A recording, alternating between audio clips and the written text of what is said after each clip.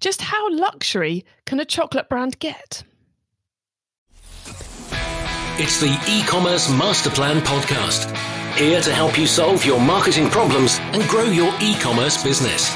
Cutting through the hype to bring you inspiration and advice from the e-commerce sector and beyond. Here's your host, Chloe Thomas. Hello and welcome. It's excellent to have you tuning in to listen. This episode's guest is based in Australia. So I've got a little question for our Australian listeners before we get started. So bear with me here. We have recently seen a huge surge in listeners from Australia. So massive thank you to all of you who've started listening in the last couple of months. It's brilliant to have you here. Welcome. But what I cannot for the life of me work out is why we're having a lot more listeners in Australia. It's starting to bug me now. I've tried lots of ways of working it out. So if any of you have seen us in Australia being recommended by someone or being covered somewhere, or maybe our ads are just more visible over there, please let me know, because it's really bugging me and I would love to find out what has caused this surge in listenership in Australia. Okay, thank you for bearing with that, everybody. Now, in this episode, we are exploring why our guest decided to start their brand as a luxury brand and how the story, the content, the product, the why, and the marketing methods all have to align to make it possible. Now, whether or not you're going luxury, you're going to find a plethora of tips about content marketing, story, partnerships, and more that any brand can use. So please don't switch off if you're not luxury, because you're going to get a lot out of this one too. We are starting this episode by getting deep into the origin story of the brand, because without understanding that first, the more nuts and bolts e-commerce info just isn't going to make as much sense. So for starters, sit back and enjoy the story straight after we check out the sponsors.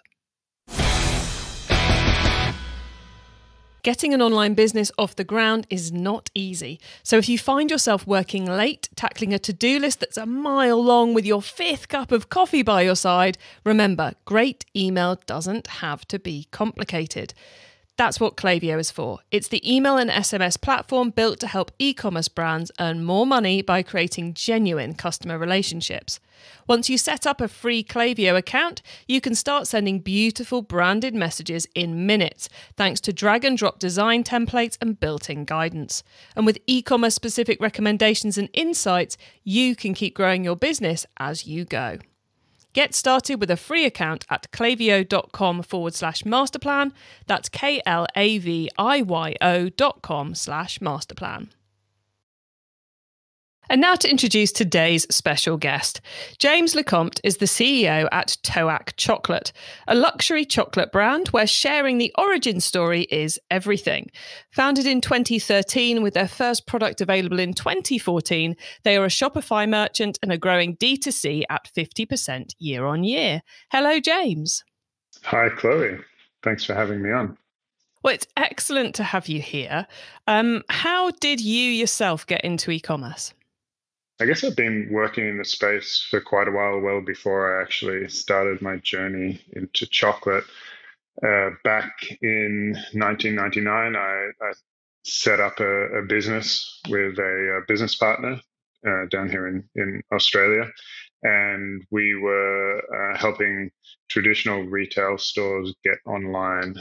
So that business, Amblique, it's a web agency that still operates today in Australia. And I think ever since then, I was really infected, I guess, with the opportunity that technology brings to business. And I guess I've combined that with my experience as well in the development space, international development, and trying to bring together technology and social and environmental impact.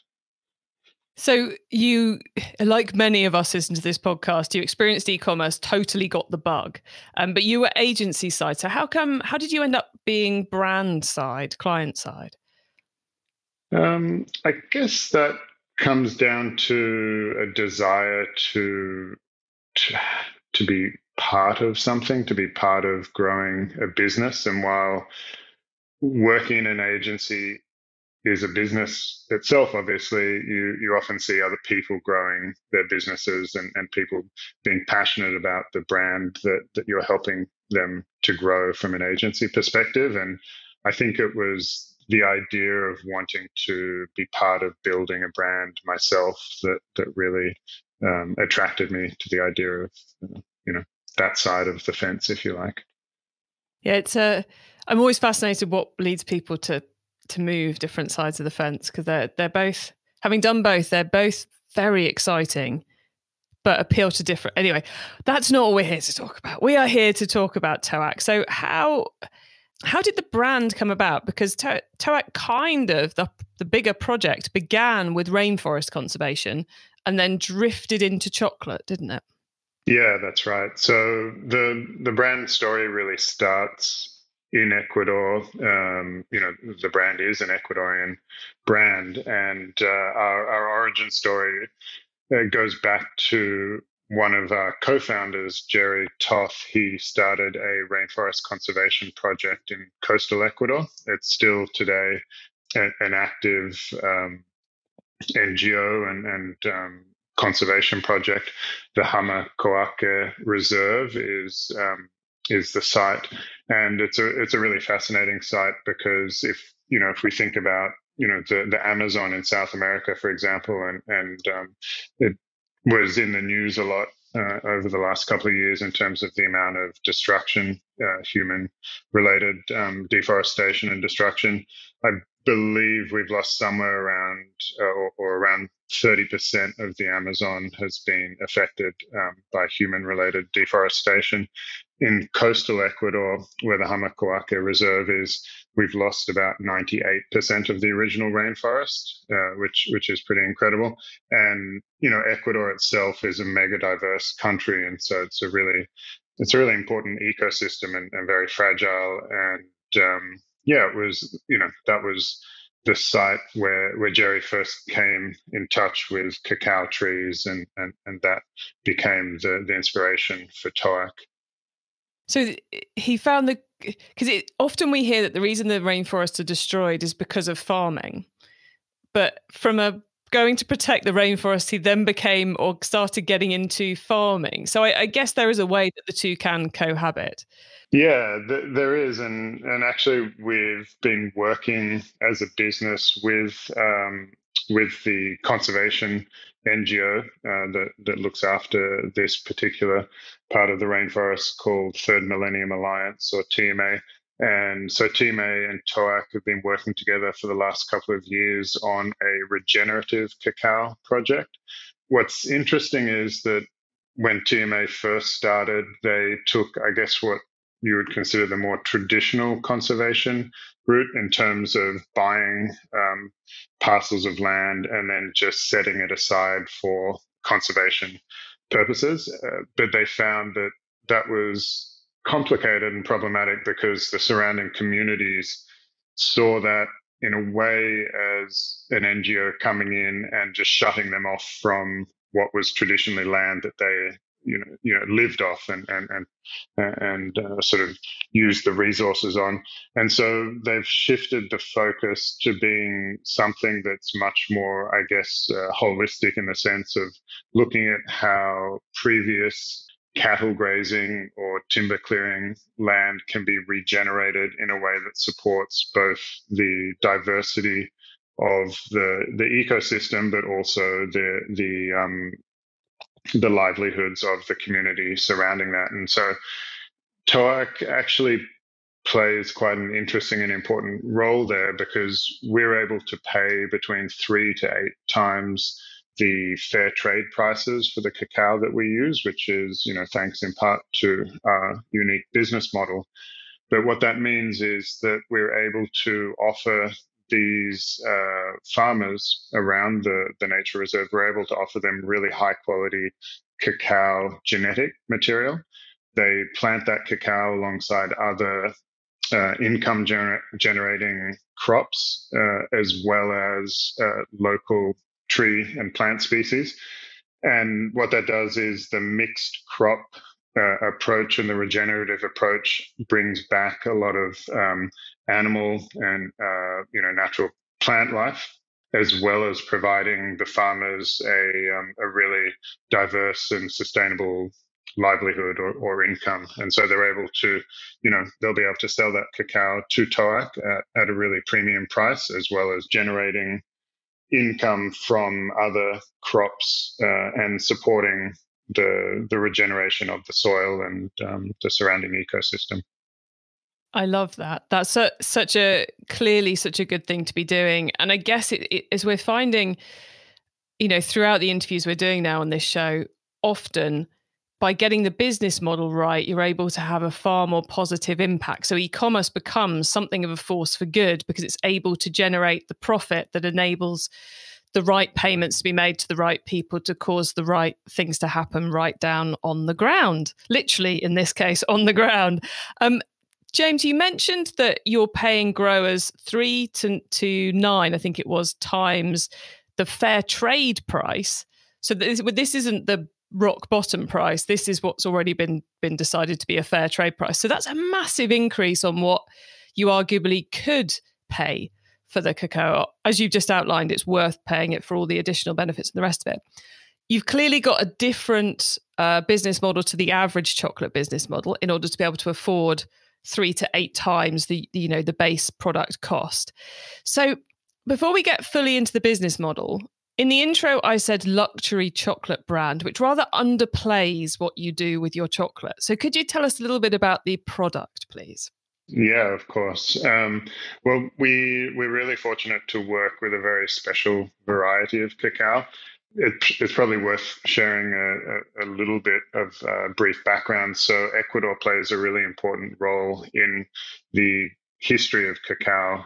There was a study published in the Nature academic journal about 3 years ago, which identified Ecuador as being the earliest site of the first domestication of cacao in the world, some 5,300 years ago, which predates the oldest evidence in Central America around the domestic use of cacao. So essentially, we can say that as far as we know, Ecuador is the birthplace of cacao. I think that that's really important for us in the sense of heritage and history as a luxury brand, especially when you think about the traditional concept of a luxury brand and how much they leverage tradition and history. Then more recently, around the late 1800s and early 1900s, Ecuador was the world's largest producer of cacao, and it became famed for a variety called Nacional. That variety was the most sought after or coveted variety of cacao by European chocolatiers and chocolate makers, and they used to send their people to Ecuador to source it because of the very floral aroma and complex flavor profile. And on the back of that, Ecuador went through a massive boom. Literally, the central bank was established to support the international trade around cacao, and a lot of infrastructure was built in the country. They talk about it being the pepa de oro, or the golden bean. And unfortunately, like a lot of booms, that came to a crashing halt. There was a bust around 1916 when a disease came to Ecuador called witch's broom. It's a fungal disease that affected this particular variety called Nacional. And basically, over the course of the next 100 years, this variety went into decline, both because of being affected by the disease, and also because farmers were clearing the trees to I guess rescue the industry, if you like. And so they introduced varieties and started playing with hybrid varieties of cacao. So all of that to say that by the turn of the 21st century, Nacional cacao, pure Nacional cacao, was considered extinct by most experts in the industry.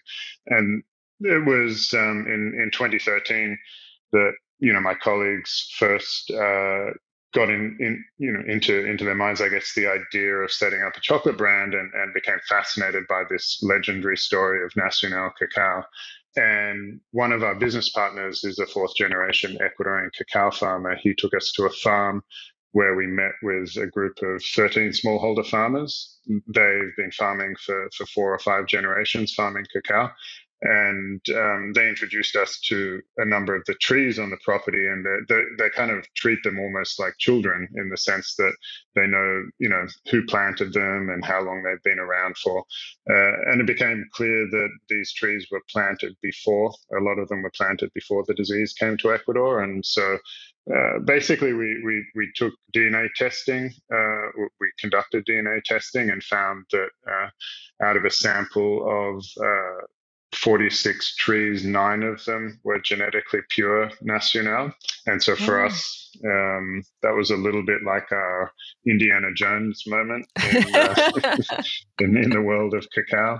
And that's, I guess, if you like, the story of where we started and how we knew we were working with a really special raw material, and that led us to take a number of decisions, such as pursuing a luxury brand strategy, initially for some pragmatic reasons, because we had such little supply of the raw material that we couldn't compete with traditional chocolate brands on price or volume. But the more we looked into it, we became fascinated by how cacao historically, in Latin America, was considered something very noble and precious by ancient cultures. Also, when it arrived in Europe, several hundred years ago, it was actually considered the ultimate luxury. It was only available to the royalties and the noble class. And, I'm sure, as all the listeners know, since more recent times, it's become a commodity and very cheap. And then one of the things we wanted to do was to elevate chocolate onto the same level as the finest wines and whiskies of the world. So that's a little bit of, I guess, how we started. And then since then, we've really tried to look at chocolate in terms of, I guess, in the one sense, doing as little to it as possible, because we really think that nature is the ultimate form of luxury. It is the most complex thing that we have, and the most beautiful thing that we have. And so we try to do as little to it as possible, but we also try to unpack that complexity and share it with our community. I mean, we'll all be familiar with, brands that have started, I suppose, the pathway of taking chocolate from the Cadbury's and the Hershey's world upper level to a more premium space. You've taken it up to, I guess, the Louis Vuitton level. I would say, we're going to do like a comparison. You've gone way up there on the luxury front, because I think your price point is way above what anyone else's is, right? Correct. And it is interesting. I guess with a lot of businesses, when you look at them, you make certain assumptions. In our case, it's actually our most expensive products, which retail for $450 for a 50-gram bar of chocolate, that generate the most revenue on a per product or per SKU level. But then we've also built out the product portfolio, and so we have product that starts at $22, and that is also one of the biggest selling SKUs on a per unit level. And so it's interesting within the profile of the business, what contributes to the growth, I guess. We see that there's actually contribution at both ends of the price extremes. And so guys listening, yes, this is very, very nice chocolate. We're not just using luxury as a byword here. This truly is luxury. And as James has taken us through, you can see all those building blocks that come in to both mean it has to be luxury, because you've got the scarcity and you've got, the needing to do it right from the ground up. And you've got the amazing story, the amazing history, heritage, etc. The DNA exploration as well, which not justifies but builds that luxury element into it all. James, how many of you are there now in the business? What does the team look like at TOAC? Yeah, so our office, or our main site, is based in Quito, Ecuador. In the facility there, we have usually about 15 on the team, and then we have about 4 of us that work remotely, more on the sales, marketing, distribution side of the business, but certainly the bulk of the team are focused on the production of the chocolate itself. Clearly, there's quite a lot of overhead. We've talked about, the work that goes into and the scarcity of this, but which justifies, why the price is as it is.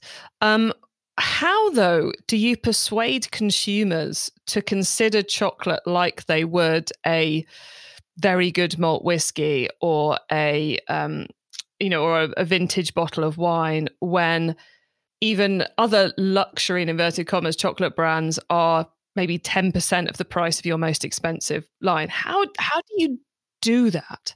Yeah, it's a great question. You touched on part of the answer, which I think is helping people to understand the analogy between fine chocolate and, for example, fine wine. Actually, the cacao bean itself has somewhere around 700 individual flavor compounds, and that's between 2 to 3 times more complex than the wine grape. And so if you think about the incredible diversity we have in the wine industry in terms of not only price points, but different grape varietals, different blends, different origins that transmit terroir. We have this incredibly diverse world, and then that's backed up by a culture and a lot of education, and that's what really, and the history and the heritage, and that's what supports a diverse industry, if you like, in terms of wine that can cost $5 a bottle for something that you just might enjoy on a midweek meal, let's say at home, versus a very special bottle of wine that might set you back several $100s a bottle or even more. And so I think part of the answer is that analogy and helping people to understand that chocolate and cacao is even more complex, if you like, in terms of the raw material and the processing of that raw material into a fine food. And then, there's also the importance of, I think, creating a connection with the consumer, and doing that through storytelling. And I think there's I guess there's a lot of layers to how we do it, and we haven't necessarily cracked all of the answers. Well, it's interesting, isn't it? Because you're both the existing luxury brands have got it a bit easier because a lot of that education is understood. When you see fine vintage wine, you go, "Oh right, okay, that's for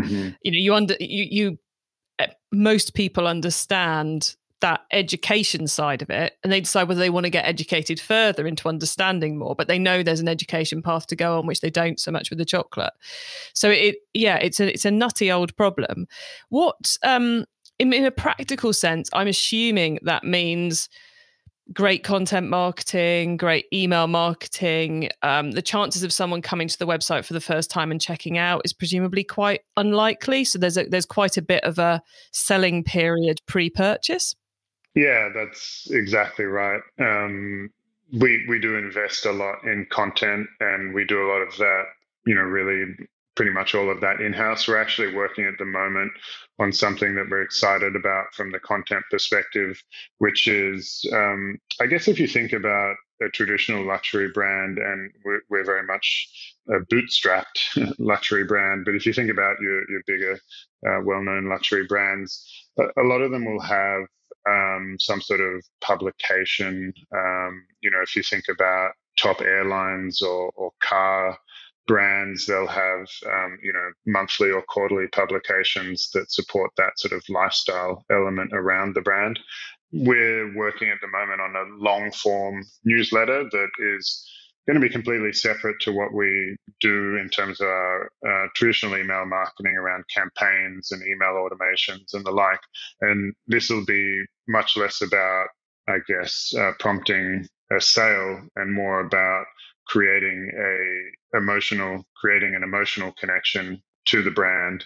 And, that'll be providing content that revolves around the universe of TOAC and the values that we represent as a brand. And so that's a new initiative that we're working on and pretty excited about when it comes to content. But yeah, there's all sorts of content. I think that it's tough as a small brand because there's no limit to the amount of content that you could potentially create and put out there, and there always seems to be a new platform to need to find a slightly nuanced form of content for. But yeah, we're often working on visual content, whether that's photography or video, as well as written content, and it's a never-ending part of the journey. I often find, I don't know if you find this as well, that one of the challenges being a content creator is giving each piece of content the space to breathe.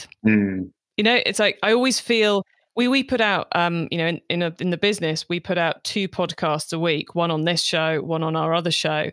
And I often think, God, this podcast is worth 4 posts on LinkedIn and I can only give it 1. So, maybe I should slow down the production schedule so we give it more time to breathe. And, and I often see companies, especially in the SaaS space, producing, a white paper on something and they only give it a month. And you're like, yeah, but that might not be relevant to someone this month. That's almost, I think, the hardest thing in content. Once you've worked out what you need to create and you've got it down into the bite-sized pieces, is how much effort you spend promoting each piece of content or letting it breathe. Is that something you guys wonder about?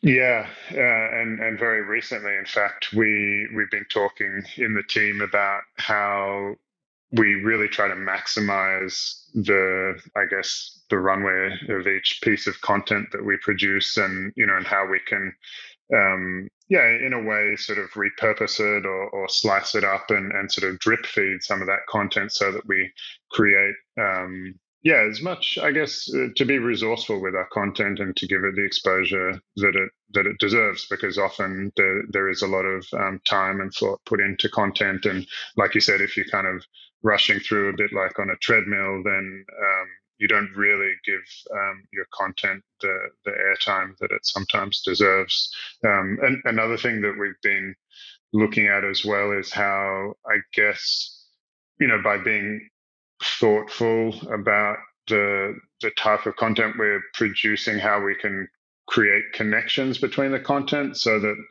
whether it's just intuitive or whether it's explicit for the community, that there is a connection or that there is a flow to the content.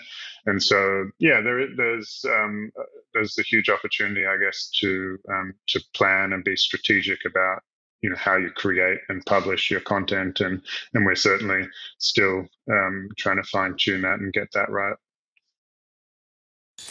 E-commerce Master Plan is supported by some of the greatest companies in the e-commerce sector. Here's a reminder of who they are. The subscription market is predicted to grow to nearly $500 billion by 2025. Recharge is the leading subscription management solution helping e-commerce merchants of all sizes launch and scale their subscription offerings. Recharge powers the growth for over 15,000 subscription merchants, turning one-time transactions into long-term customer relationships. Whether you're a direct-to-consumer business or an omnichannel brand, subscriptions strengthen your brand's relationship with your customers and make it easy for consumers to make repeat purchases, bringing you predictable revenue, increased customer loyalty, and higher average order values. Turn transactions into relationships and experience seamless subscription commerce with Recharge. You can get started today with the subscription payment solution trusted by over 50 million subscribers worldwide by heading over to rechargepayments.com/masterplan. I am Alexandria Collis, Director of Customer Experience for Princess Polly. I'm focused on our strategy and innovation in the CX department here at Princess Polly. I have a quote, and I always tell our CX leaders that customer experience is the heart of an organization, and we pump the blood and deliver the oxygen to the vital organs in the business to help them thrive and grow stronger. The Gorgeous platform allows our agents a seamless place to just do it all. We are really there for the customer every step of the way if they want. Our customers expect quality and efficiency where they are. are. So the real question is, how do you get quality and efficiency across every single platform? And then once you have it, how do you maintain it? And I believe that with the Gorgeous platform, we can do that. If you're interested in learning more about Gorgeous, you can go to gorgeous.com and start a free trial today. It's time for the top tips round. Okay, I love this section because it gives me and our listeners some really quick ideas for taking our businesses to the next level. So, James, are you ready for the top tips? I am. Okay, the book top tip. If everyone listening to this podcast agreed to take Friday off and read a book to make their business better, which book would you recommend? Well, we're at the point at the moment where we're grappling with how to implement a bit of structure and process to the business to help us continue to grow. And so I've really enjoyed Scaling Up by Vern Harnish. Excellent. Liking that one, which I think is interesting because I think often people assume luxury is just all about the content stuff that we were just talking about. But actually, you've still got to do everything else there is in a business. You don't just get to sit around thinking big thoughts. No, I wish. Okay, the traffic top tip. Which marketing method do you either prize above all others or think doesn't get the press it deserves? I think for us, one of the things that's worked really well has been brand collaborations. And so to give a specific example, late last year around the gifting season, we launched a partnership with Rob Report, the publication, where we did a co-branded product and they marketed that to their community or readership, and we had a form of profit share around that. And that, I guess, to us was just an opportunity to align with a bigger, more recognized brand that spoke to our target audience. And so I think that was a really effective, way to drive traffic to our platforms, and we'll look to repeat that in the future.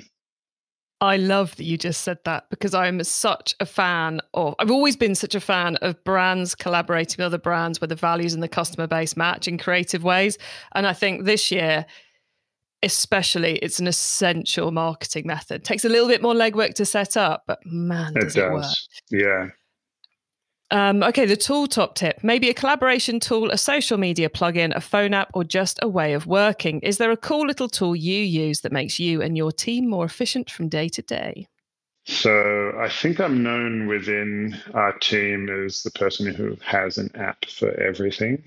So you're asking the right person.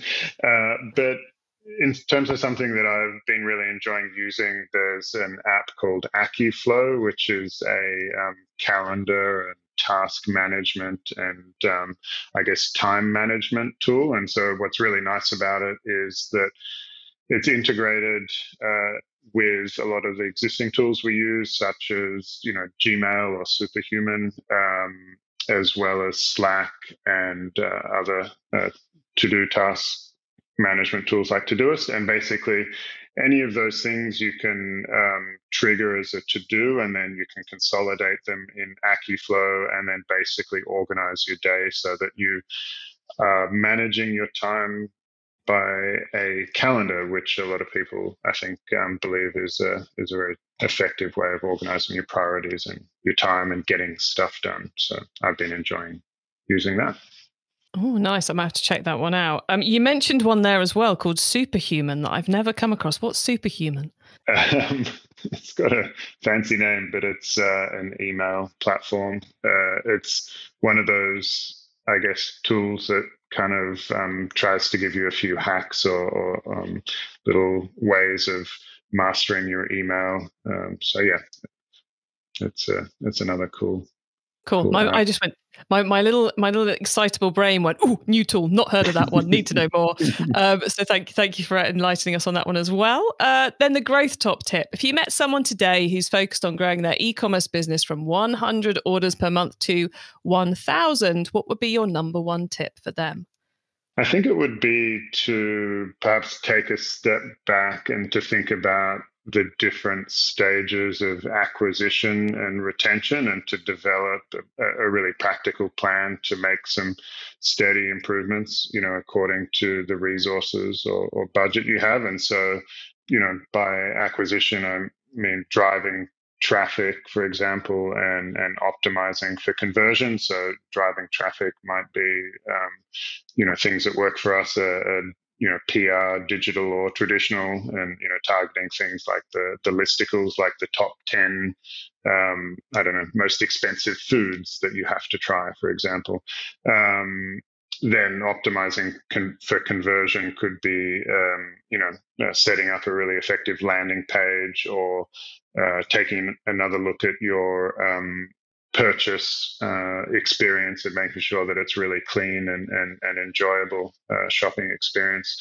And then also thinking about retention. So how do you incentivize repeat purchase? Because I think we all know that it's more cost effective to keep your existing clients than it is to continually pay to bring in new customers. So yeah, just I guess a practical look at those things would be my tip. I would totally agree with you. Well, look, James, that's been an excellent set of advice. Now, before we say goodbye, could you please let the listeners know where they can find you and your business on the web and social media, please? I would love to. So our website is Toak Chocolate, TOAK chocolate.com. And that's also our handle on pretty much all of the platforms. Lovely. Thank you, James. Thank you for coming on and explaining your story and, talking about how we go about, or how if we wanted to emulate you, we would go about bringing all those elements in to create that luxury brand to enable us to do all the good things that TOAK and the associated groups are doing. Thank you so much for being on the podcast. It has been fascinating and a pleasure to chat to you. So thanks for being here. Thanks, Chloe.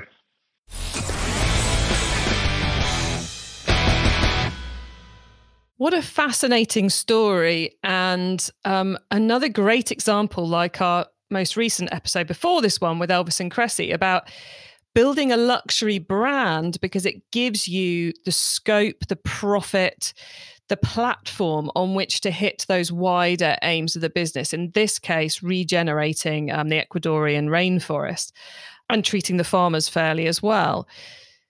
I also thought the content piece that James was getting into there and his tip on brand collaboration were super, super powerful, and ones that can be used in any business, large or small. They're not luxury specific. You can adapt those to your business.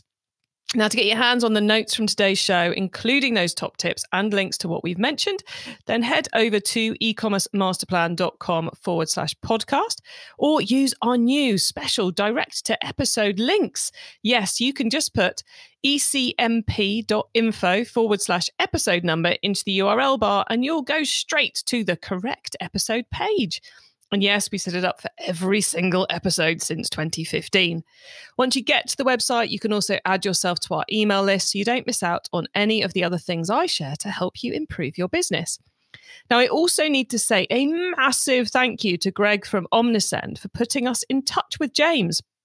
And if you want to explore more of the nuts and bolts of how James and his team are using email marketing to very positively impact their sales, some phenomenal numbers in this case study, you will find the link to the in-depth case study and another interview with James in the show notes. Just go to ecmp.info/episode number to find that. And if you liked this episode, another recommendation for you, make sure you check out episode 392. It's the one just before this one with Cressy from Elvis and Cressy, which is also about building a luxury brand in order to maximize the good you do. And told you there were lots of recommendations coming up. If you want to explore that partnership marketing idea, the brand collaboration they did with the magazine, if you want to explore that for your business, then please do check out our latest masterclass series on sister podcast, Keep Optimizing, which is all about shining a light on different ways your brand can partner with other brands in order to grow your sales. Well, that's it for recommendations in this outro. You'll be glad to know. Thank you so much for tuning into this and every episode of the E-commerce Master Plan podcast. I bring you a new interview every single week because I want to inspire and help e-commerce business owners like you to succeed and thrive with their business, including progressing along the all-important path to net zero. So if you know someone this show can help, please tell them to listen to the e-commerce master plan podcast. I hope you have a brilliant week, and don't forget to keep optimizing. Thank you for listening to the e-commerce master plan podcast. Find out more at ecommercemasterplan.com/podcast. If you're marketing an e-commerce brand, you already know that data changes everything. More data means more power. And if your email or SMS tools can't handle all that data, they're probably holding you back. That's where Klaviyo comes in. Its top-notch personalization and segmentation help you send the right message at the right time, guided by unlimited real-time data from your online store and tech stack. Request a demo at klaviyo.com/masterplan. That's KLAVIYO.com/masterplan.